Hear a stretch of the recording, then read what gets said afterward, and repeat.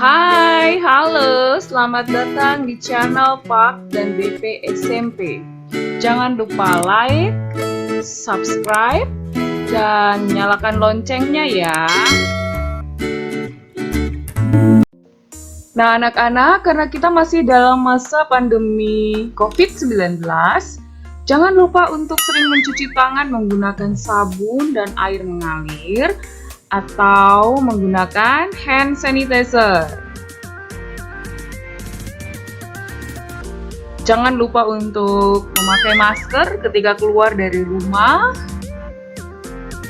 Dan jangan lupa untuk menjaga jarak. Supaya terhindar dari penularan COVID, tetaplah di rumah. Jangan menyentuh sekitar wajah dengan tangan ya. So, mari kita mencegah penularan COVID-19 dengan tetap berada di rumah.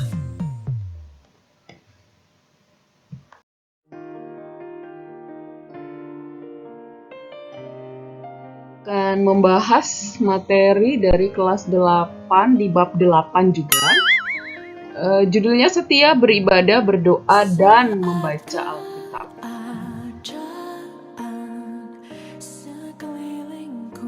Tapi sebelum mulai pelajaran, mari kita berdoa. Kita berdoa. Tuhan Allah Bapa yang bertahta dalam kerajaan surga, kami mengucap syukur untuk perkenan Tuhan dalam kehidupan kami, sehingga kami masih diberi kesempatan untuk beraktivitas sampai dengan hari ini. Saat ini kami akan belajar. Tuhan kiranya menolong kami, membuka akal dan pikiran kami, sehingga kami dapat memahami pelajaran hari ini dengan baik. Terima kasih Bapa di surga, dalam nama Yesus kami alaskan doa ini. Amin.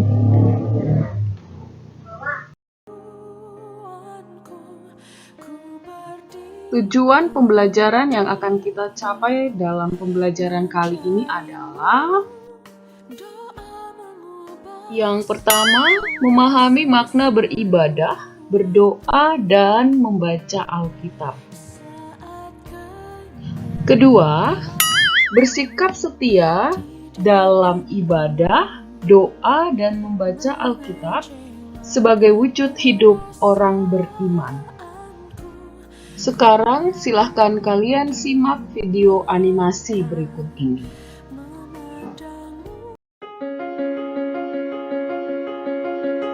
Tahukah Anda, apakah keperluan terbesar manusia? Keperluan terbesar manusia adalah bernafas. Kita semua pasti setuju bahwa tidak ada seorang pun yang dapat bertahan hidup tanpa bernafas. Kerohanian kita pun juga demikian. Jangankan bertumbuh, bertahan saja tidak akan bisa tanpa adanya doa. Berdoa bukan hanya sebatas meminta-minta kepada Allah. Berdoa adalah menghirup Allah masuk ke dalam roh manusia.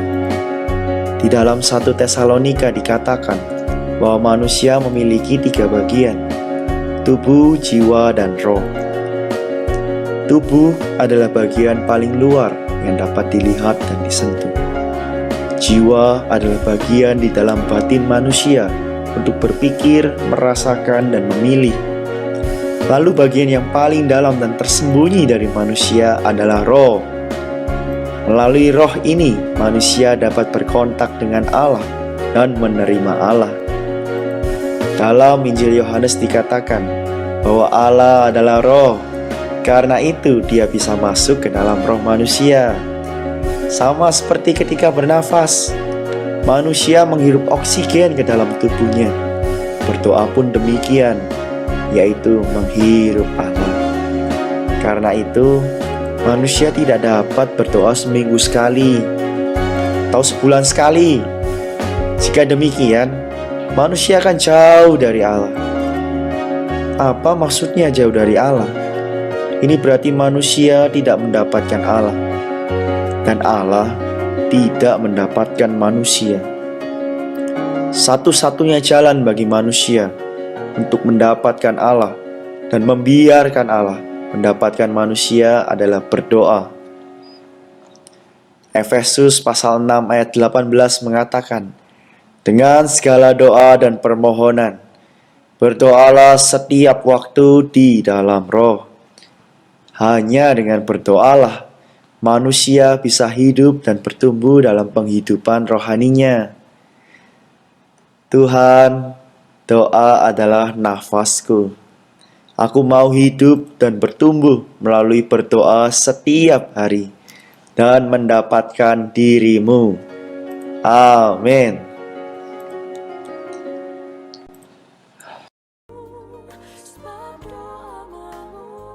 Seberapa sering orang Kristen berdoa dan membaca Alkitab? Nah, jemaat Kristen pertama memiliki kehidupan yang luar biasa. Kitab Kisah Para Rasul pasal 2 ayat 41-42 menulis tentang cara hidup jemaat pertama ini. Petrus yang berkhotbah pada hari Pentakosta telah menyebabkan banyak orang bertobat dan dibaptis dalam nama Yesus. Mereka bertekun dalam pengajaran rasul-rasul dan dalam persekutuan. Mereka selalu berkumpul untuk memecahkan roti dan berdoa.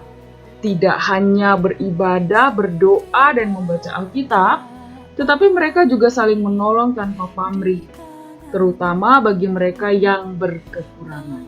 Kehidupan ibadah mereka bukan hanya diwujudkan melalui ibadah formal, namun juga melalui praktek kehidupan. Yesus Kristus telah memberikan contoh mengenai pentingnya ibadah, berdoa, dan membaca Alkitab. Yang pertama, kita lihat dalam Markus pasal 1 ayat 35. Bunyinya, pagi-pagi benar, waktu hari masih gelap, ia bangun dan pergi keluar. Ia pergi ke tempat yang sunyi dan berdoa di sana. Yang kedua, Markus pasal 6 ayat 46. Bunyinya, setelah ia berpisah dari mereka, ia pergi ke bukit untuk berdoa. Yang ketiga dari Lukas pasal 5 ayat 16. Bunyinya, akan tetapi ia mengundurkan diri ke tempat-tempat yang sunyi dan berdoa. Yang keempat dari Lukas pasal 6 ayat 12. Bunyinya, pada waktu itu, pergilah Yesus ke bukit untuk berdoa, dan semalam-malaman ia berdoa kepada Allah. Dan yang kelima, dari Lukas pasal 22, ayat 41-42, bunyinya, kemudian ia menjauhkan diri dari mereka kira-kira sepelempar batu jaraknya. Lalu ia berlutut dan berdoa, katanya, ya Bapakku, jikalau engkau mau, ambillah cawan ini daripadaku. Tetapi bukanlah kehendakku, melainkan kehendak-Mu lah yang terjadi. Dengan demikian, amatlah penting bagi orang Kristen untuk memelihara iman dan pengharapannya. Salah satu cara penting untuk memelihara iman adalah melalui ketekunan dalam beribadah, berdoa, dan membaca Alkitab. Kemudian kita lihat apa yang dimaksud dengan ibadah. Ibadah adalah kegiatan ritual yang dilakukan manusia dalam rangka menyembah Tuhan, bersekutu bersama saudara-saudara seiman, melayani Tuhan, dan mengucap syukur atas anugerah Tuhan. Sedangkan berdoa adalah cara manusia untuk berkomunikasi dengan Allah. Mengenai doa, Yesus Kristus mengajarkan doa Bapa kami yang isinya menyangkut seluruh aspek hidup manusia. Pernahkah kalian coba untuk merenungkan isi dari doa Bapa kami? Untayan kata-kata dalam doa tersebut banyak maknanya. Melalui doa Bapa kami, Yesus mengajarkan orang beriman untuk berkomunikasi dengan Allah dalam kejujuran dan ketulusan hati. Menurut Van Nitrik dan Bolan, orang percaya berdoa mengucap syukur karena telah dimerdekakan dari dosa. Berdoa juga berarti merendahkan diri di hadapan Allah dan sujud menyembah Allah.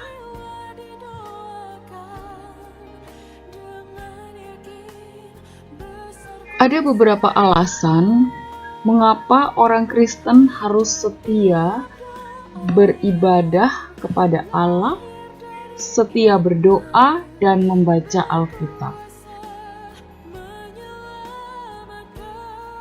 Yang pertama, dalam ibadah, berdoa, dan membaca Alkitab, orang beriman mewujudkan iman dan percayanya kepada Allah.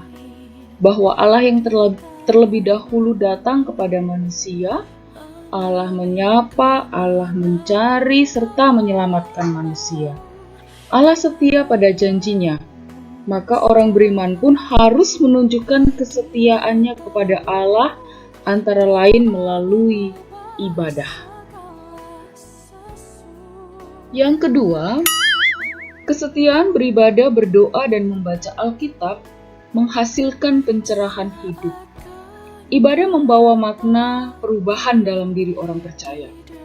Ada seorang pakar sosiologi agama bernama Durkheim yang meneliti mengenai agama dan masyarakat.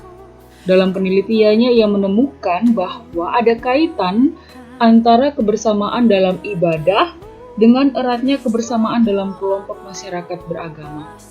Ketika menjalankan liturgi penyembahan, nyanyian-nyanyian dan penyembahan mempersatukan orang dalam satu perasaan kebersamaan. Yang ketiga, melalui ibadah, orang beriman mengekspresikan wujud syukurnya kepada Allah. Yang keempat, kesetiaan beribadah dapat menumbuhkan sikap sosial kepada orang lain. Dalam ibadah, kita bertemu dengan berbagai orang dari berbagai latar belakang. Semua melebur dalam doa, pujian, dan penyembahan. Dan yang kelima, memupuk persekutuan sebagai sesama saudara seiman dalam ibadah, berdoa, dan membaca Alkitab membuat kita membangun hubungan yang akrab dengan Allah, bertemu dengannya, dan berkomunikasi dengan akrab. Nah, kesimpulannya adalah ibadah, berdoa, dan membaca Alkitab merupakan nafas hidup orang beriman. Sebagai nafas hidup, ketiga hal tersebut merupakan penopang utama bagi kehidupan orang beriman.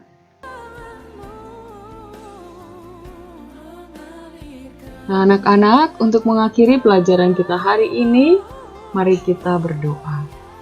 Terima kasih Tuhan Allah Bapa, kami sudah boleh menyelesaikan pelajaran kami hari ini. Kiranya segala sesuatu yang dipelajari oleh anak-anak didik kami, boleh mereka pahami dengan baik. Terima kasih Bapa di surga, ini doa kami. Dalam nama Yesus, kami berdoa kepada Allah Bapa di dalam kerajaan surga. Amin.